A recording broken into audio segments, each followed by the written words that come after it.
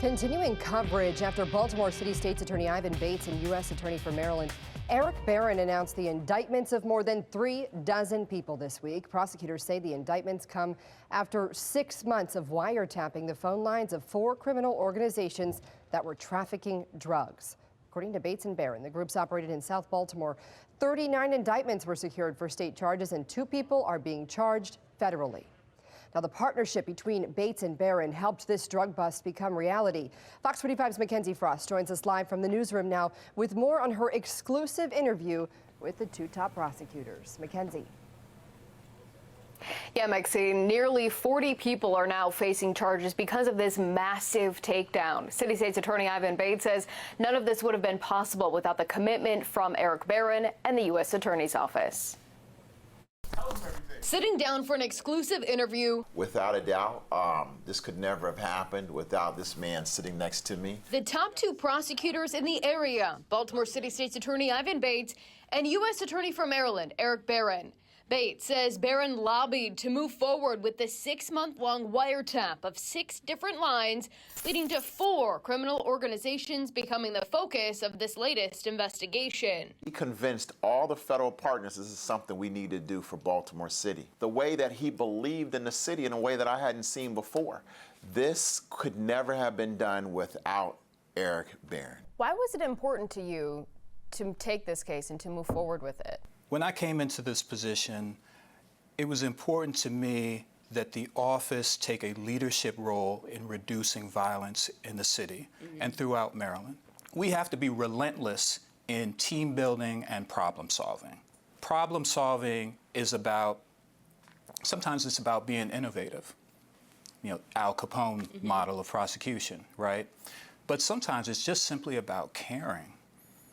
You know, I care to the point where, it could be my daughter who's the next victim. That's how much I care. And that's how much the public expects the state's attorney and I to care.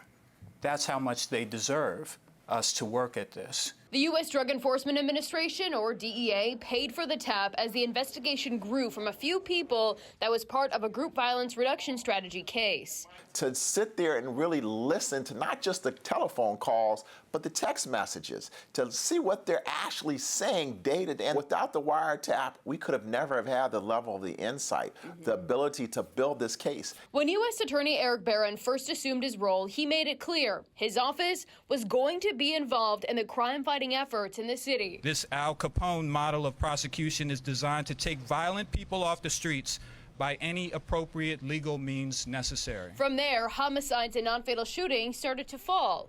This chart shows the spike in homicides right before Barron's Al Capone style of prosecution would be enforced. And from then on, fewer people started dying in the streets. I think we're on our way to making this sustainable if we can keep this up.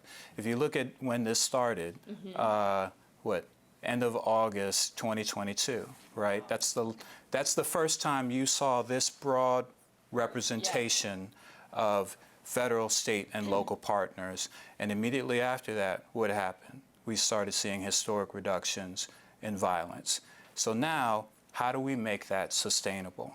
We do that by having great public servants doing their work. Today, we are gathered here to announce a takedown of 4 separate criminal organizations. The latest team effort resulted in 65 guns confiscated, more than 10 kilos of drugs, and hundreds of thousands of dollars in cash taken off the streets. Things like this didn't happen before because there was no partnership. And having that partnership, I don't have the relationship with some of the federal partners that the U.S. Attorney does. Both Bates and Barron say the commitment to teaming up to produce results is here to stay. Was that level of care and commitment to partnership always the case of the U.S. Attorney's Office? I think our public servants, God bless them, they do always care. But I'm a different person and I have a different set of experiences. I have a diverse set of experiences. I was an assistant state's attorney for Baltimore City. So I know what that looks like on the ground. And I know the power of our office to help that individual assistant state's attorney. And so knowing that allows me to move in a different way than, someone else might. We can't control what other people may do, but we can sit here and hopefully be a deterrent so they can change.